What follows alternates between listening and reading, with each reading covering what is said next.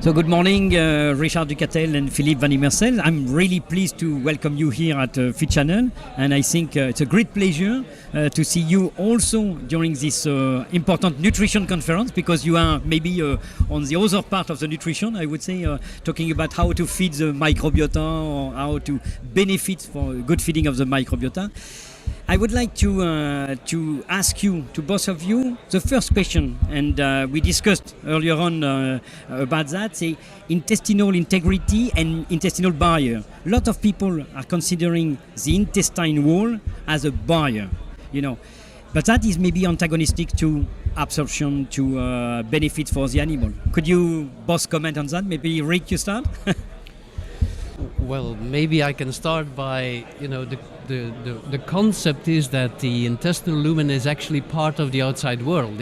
Yeah. And so that is the place where the outside world is in closest contact with the bloodstream, which means that it gives the impression that there should be a strong barrier there, but that is absolutely not the case, because if there is a strong barrier, it means that you would have less capacity of absorbing nutrients. So it's all about how does the organ distinguish between what is nutritional and what is beneficial and what could be harmful. And it is not based on a true barrier, but it's based on the integrity of the intestinal epithelium, which is actually to do with the tight junctions between the epithelial cells.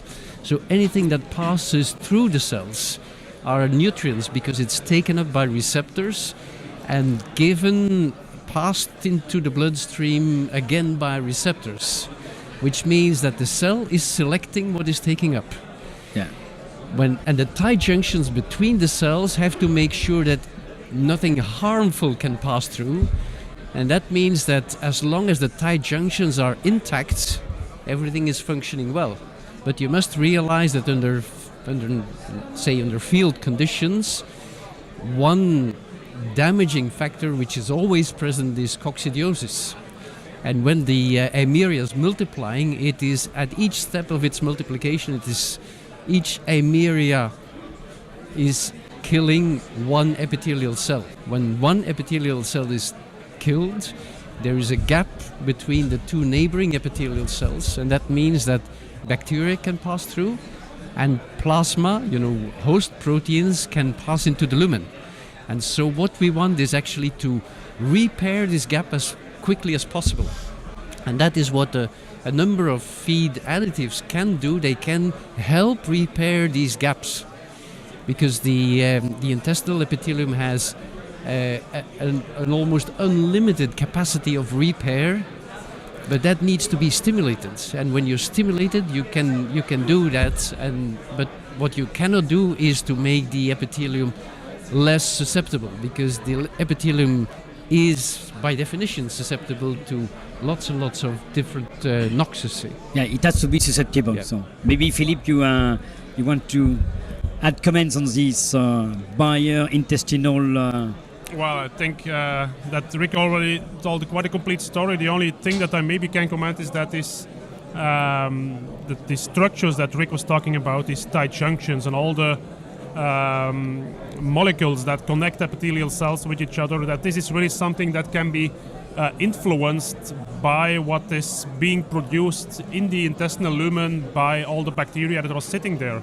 And of course, what these bacteria produce is very highly influenced by the diet and by certain substrates that are provided to the bacteria there. And of course, probably the most important example are the short-chain fatty acids, which the propionates, but especially the butyrates, have an effect on just expression of these intercellular protein connecting structures.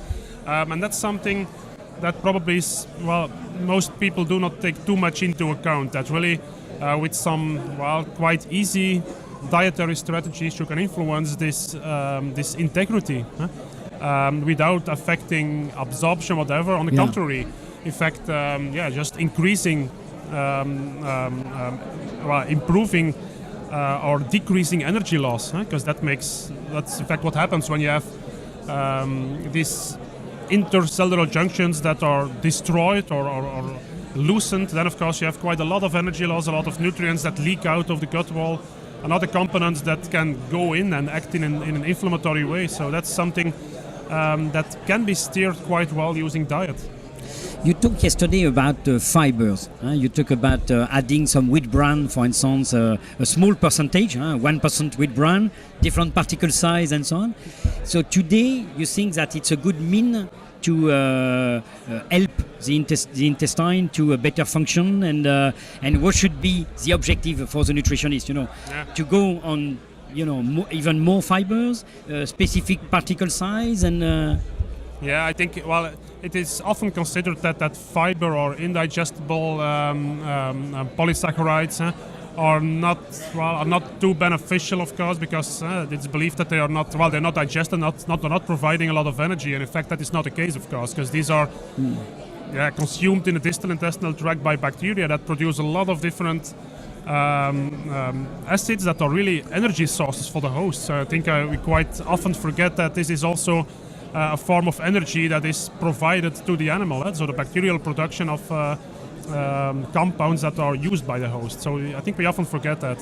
And in terms of structure, it's quite remarkable indeed, as you said, that only very small percentages, even below 1% of wheat bran at particular particle sizes is indeed yielding positive effects on gut health.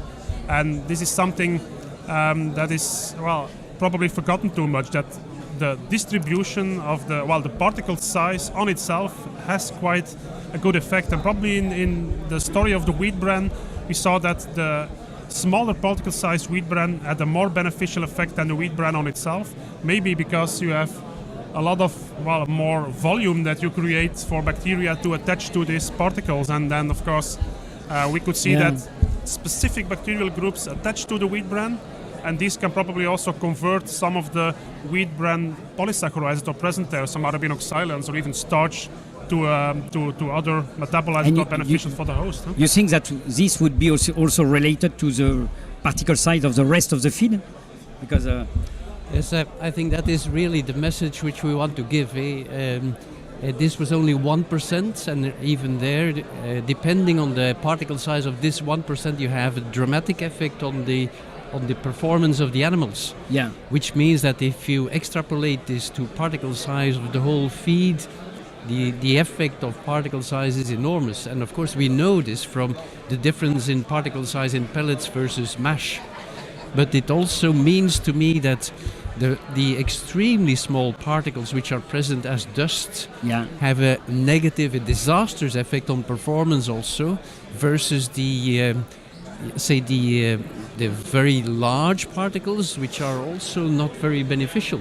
Yeah. And so I think the message to me there is also that the feed mills have a big responsibility. If your milling process is perfectly under control, you will have much more benefit from the additives which are put into the feed than if your milling process is not working well and you have lots of dust. Then you can really end up with a situation where all the other efforts were actually almost useless. So you must be both puzzled by the presentation by a lot of speakers. They talk about coarse mash, coarse pellets, coarse particles. They don't mention which size, they don't mention the homogeneity and so on. So what could be the effect on the microbiota on a wide variation of the particle size? Well, I think not too many people have tested it already, but of course if you use pellets, of course it's very fast digestible stuff that you deliver to the gut of the animal, of course, with the risk always of having too much proteins, too much undigestible stuff in the small intestine that can be used by bacteria there, and that can cause an excessive overgrowth of, for example, even lactic acid bacteria. That's something you often see in the small intestine, accumulation or overgrowth of even lactic acid bacteria, and that's also detrimental for gut health. Or Clostridium, that's the second example, and this is of course inducing intestinal pathology. So I think we have to be careful there, and I think indeed also gizzard development is of course important with using even whole wheat or larger particle size feeding. That's probably also an aspect that we often forget. And when we talk about coarse feeding or improving the gizzard functioning, usually you have also a better crop functioning. What is the importance of the microbiota at the at the upper part of the digestive tract compared to the one in the small intestine later on in the ceca? How it is influenced? Yes, well, we have not done any studies on this, but we have done quite a lot of studies on lactobacilli and on the interaction between lactobacilli and the other microbiome. And the remarkable thing about the microbes which are present in the crop, it's mostly lactobacilli, yes. And so lactobacilli have a huge arsenal of different, metabolic pathways which they can use. So they are very flexible and they are adapting to almost everything.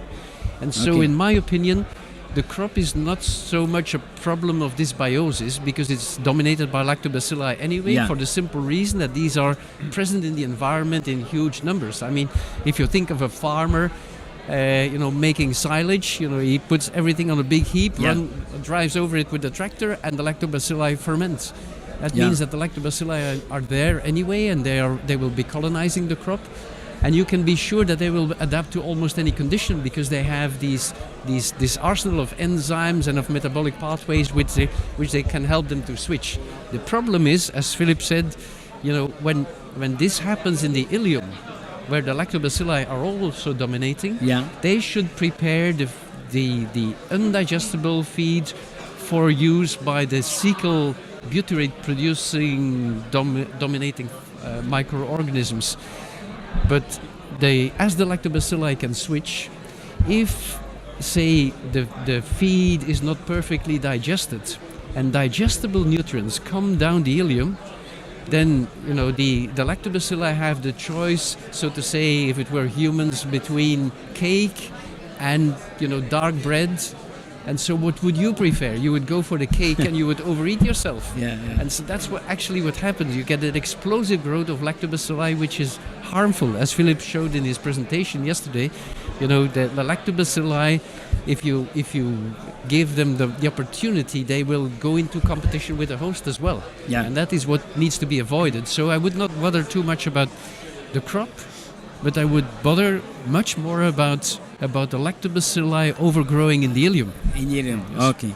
And you mentioned also in your presentation, so different type of bacteria and so on. You've seen some presentation with different name, different. Do you think today we have the method and we have the correct, I would say, appreciation or estimation or classification of the microorganisms, that everybody is using I would say a reliable method, and then we can compare results, or we see so many different well, I think first of all, to comment on that, it's many people start studying microbiota composition and doing microbiota composition analysis when they give different feed ingredients and then they look at gut health. But what is done way too much now, I think, is people doing 16S sequencing and describing what is changing in the gut without really thinking about what the effect is and what the particular bacteria that are increased or decreased in abundance are actually doing. So I would really encourage people to, if they do these kind of studies describing all these bacteria that change in abundance, really to try to get isolates of these particular strains or particular species or genera, and then figure out what these bacteria are producing, what are they consuming, and what is the effect of all the molecules that they produce on inflammation, on intestinal health, on interaction with other bacteria, with the host. So that's something I think there's still a lack. But despite that, I think in general, and this is just derived not only from studies with chickens, but also in pigs, in cattle, even in humans, I think we have quite a good view on which large groups of bacteria are beneficial and which families or genera are really belonging to more toxic or harmful bacterial groups. So I think there you can at least make some kind of a estimate of let's say the gut health promoting effect, or the positive or negative bacteria that exist. So I think we are quite far now in that, and we have gained knowledge, especially the last few years. But now next step is figuring out really exactly what do these bacteria do. That's, I think, most important now. Do you think today in the field we can identify the right microbiota or the right profile that would support normal growth, or forget it and more look at more intelligent biomarkers? I think ideally, of course, you have just one single bacterium that just goes up, and then you can say, okay, this is really a marker for optimal gut health. I don't think that really exists. I think you will always need some kind of a battery of tests that indicate, especially if you think about microbes as biomarkers, I think you will probably need more general picture, general families. For example, clearly a marker of poor gut health is an increase in Enterobacteriaceae, which are LPS-containing gram-negatives that include, for example, E. coli, Salmonella, and all these different bacteria that potentially can be harmful for the gut mucosa and can cause inflammation. So that's a marker of poor gut health probably. On the opposite, you have others, as for example the butyrate-producing strict anaerobes, and you can you can quantify these. So that's and to continue that, one of the objectives of the nutritionist would be either to reinforce the defense or more to help the bird to regenerate, as you mentioned for the coccidia. What should be our objective?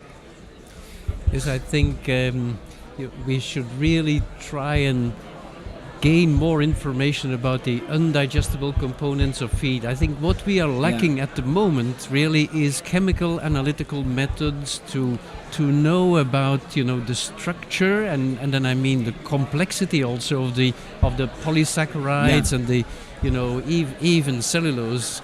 People say it's cellulose, but there's enormous difference between celluloses. I mean the degree of polymerization, the way it's incorporated in the rest of the structure, and I think there's still a long way to go. As Filip says, we have learned a lot in recent years about the interaction of the microbiome with these components, but there's still a long way to go, because we know that, for instance, actually with respect to the cellulose component, we know that depending on the conditions, it's different groups of microorganisms in the ceca that will attack the cellulose. And so depending on the situation, you will look at different groups of microbes, increasing or decreasing depending on the situation. And so I think within this feed matrix, if in the future a nutritionist will be formulating also with respect to the undigestible components of feed, it will not be just one figure for energy provided by these undigestible components, but this will be dependent on the raw materials where these undigestible components come from. Yeah, that is important, because we always talk about undigestible for digestibility, just to say, okay, how can we decrease the undigestible fraction? But now both of you say, okay, undigestible fraction might be a very powerful fraction for the gut health. So I think we can conclude to say undigestible fraction may be a good target for the nutritionist. Keep on the undigestible fraction. Don't degrade everything. Absolutely. Yes. Thank you very much, Filip and Richard. Welcome.